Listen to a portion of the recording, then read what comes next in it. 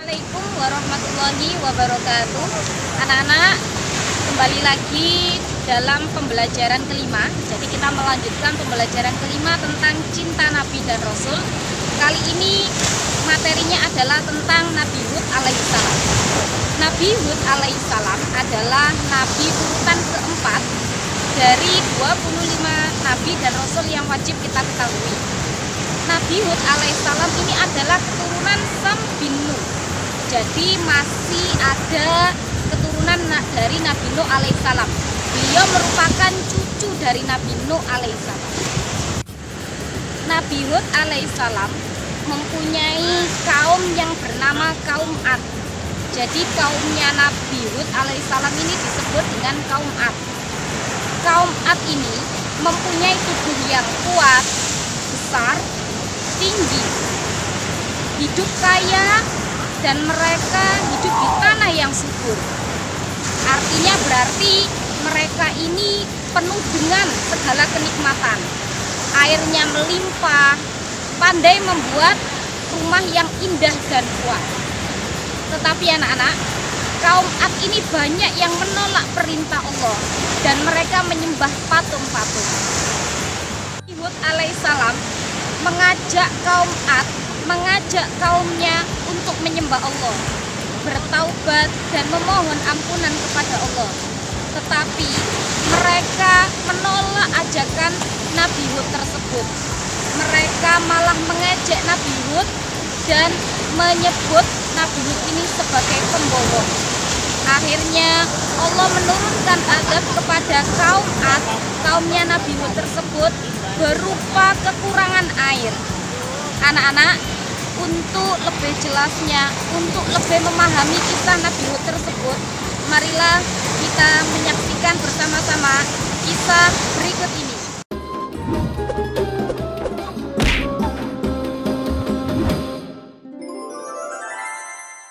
Kisah Nabi Hud alaihissalam. Setelah peristiwa banjir besar berakhir, Nabi Nuh dan pengikutnya memulai kehidupan yang baru dalam keimanan yang tinggi kepada Allah Subhanahu wa Ta'ala tanpa gangguan orang-orang kafir. Keturunan mereka kemudian menyebar ke berbagai wilayah yang luas. Ad adalah keturunan Nabi Nuh dan putranya Sam bin Nuh. Keturunan Ad kemudian dikenal sebagai kaum Ad. Kaum Ad bertumbuh tinggi besar, kuat, dan cerdas. Mereka tinggal di daerah dekat Yaman. Kaum Ad dianugerahi Allah daerah yang subur, sungai-sungai yang mengalir, kebun-kebun yang luas, dan hasil bumi yang melimpah. Kaum Ad pandai dalam tata kota dan pemerintahan. Mereka mahir membuat bangunan-bangunan tinggi, megah, dan indah dari gunung pasir di puncak-puncak bukit. Mereka juga membuat benteng-benteng yang kokoh dan saluran irigasi dan kolam-kolam. Ternak mereka pun berkembang dengan baik. Dengan anugerah Allah yang luas dan kerja keras mereka itu, kaum Ad menjadi makmur dan lebih maju dari kaum lainnya, serta lebih disegani. Hal ini membuat mereka sombong dan bermegah-megahan. Mereka menilai kemuliaan berdasarkan kekayaan dan kekuasaan. Pada mulanya, mereka adalah kaum beriman yang menyembah Allah. Lama-kelamaan, mereka mulai menyembah berhala dan patung-patung dari tokoh-tokoh mereka. Berhala yang mereka agungkan adalah Syamut dan Al-Hatar. Mereka menyerang kaum-kaum yang lain di sekitar mereka. Mereka selalu menang dalam peperangan. Mereka berlaku kejam dan sewenang-wenang terhadap para tawanan. Kehidupan sehari-hari mereka kemudian dipenuhi maksiat, penindasan kepada yang lemah, dan kedurhakaan kepada Allah. Di tengah masyarakat yang rusak itulah, Nabi Hud alaihissalam diutus Allah untuk menyampaikan ajarannya. Nabi Hud berasal dari keluarga kaya dan terpandang di kalangan kaum Ad. Akhlaknya mulia, cerdas, dan tidak terpengaruh oleh kerusakan kaumnya. Setelah sampai perintah Allah, mulailah beliau berdakwah mengajak kaumnya untuk kembali menyembah Allah. Hai kaumku, sembahlah Allah, tinggalkanlah berhala-berhala itu. Aku tidak meminta imbalan kepadamu atas semua ini. Upahku hanyalah dari Allah. Nabi Hud berdakwah dengan sabar tanpa putus asa. Tak henti-hentinya mengajak kaumnya untuk bertakwa kepada Allah, agar mereka terhindar dari azab Allah, sehingga mereka tidak mengalami nasib yang sama dengan kaum Nabi Nuh. Tetapi kebanyakan kaum Ad tidak mau mengikuti ajakan Nabi Hud. Mereka bersikeras untuk tetap menyembah berhala.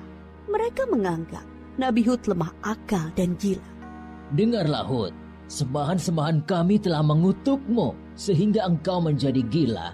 Ucapanmu ngelantur, kacau. Itu karena kau menghina sembahan-sembahan kami. Kami tidak percaya pada ucapanmu. Datangkanlah azab yang telah engkau ancamkan. Kami tidak takut sedikit pun. Nabi Hud mengadukan kepada Allah atas perlakuan kaumnya. Beliau menyerahkan kepada Allah urusan pembalasan terhadap para pembangkang itu. Kemudian Allah menurunkan musim yang panjang, yang membuat sungai-sungai dan sumur-sumur menjadi kering. Tanaman dan binatang ternak banyak yang mati. Kaum Ad dilanda kelaparan dan kehausan yang parah. Keadaan ini berlangsung beberapa tahun. Nabi Hud terus mengajak kaumnya untuk kembali menyembah Allah. Wahai kaumku, mohonlah ampun kepada Allah. Niscaya Dia akan menurunkan hujan yang lebat dan menambah kekuatanmu. Tetapi kebanyakan dari kaum Ad itu tetap pada kesesatannya. Mereka memohon-mohon pada berhala itu untuk segera mengakhiri kemarau dan menurunkan hujan. Mereka tetap tidak mau menyembah Allah. Akhirnya tibalah ketetapan Allah, yaitu azab yang diancamkan kepada mereka. Muncul awan hitam membentang di langit. Gumpalan awan hitam itu sangat tebal dan luas. Orang-orang kafir melihat awan hitam itu sangat gembira. Mereka berlarian sorak-sorai menyongsong awan itu. Mereka mengira hujan lebat akan turun sebentar lagi. Sesembahan kita telah mengabulkan doa kita. Hujan akan turun. Kesengsaraan kita akan segera hilang. Ternyata dugaan mereka salah besar. Gumpalan awan itu adalah azab dari Allah untuk orang-orang kafir. Terdengar suara gemuruh yang menakutkan. Bertiup angin yang sangat kencang. Angin itu dingin sekali rasanya. Orang-orang yang semula berkumpul menyambut hujan menjadi panik berhamburan mencari perlindungan. Jerit tangis terdengar di mana-mana. Tolong! Oh, dingin sekali. Ampun! Aku tidak tahan. Tolong! Orang-orang itu putus asa dan menyesal. Tetapi sudah terlambat. Angin dingin itu bertiup luar biasa kencangnya. Selama 7 hari 8 malam. Menumbangkan apa saja yang dilaluinya. Pohon-pohon, gedung-gedung megah, rumah-rumah, patung-patung, berhala, semua rusak porak-poranda.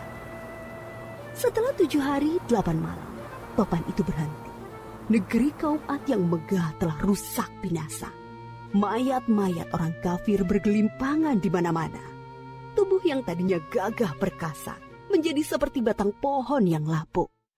Hanya Nabi Hud dan pengikutnya yang diselamatkan oleh Allah dari azab itu.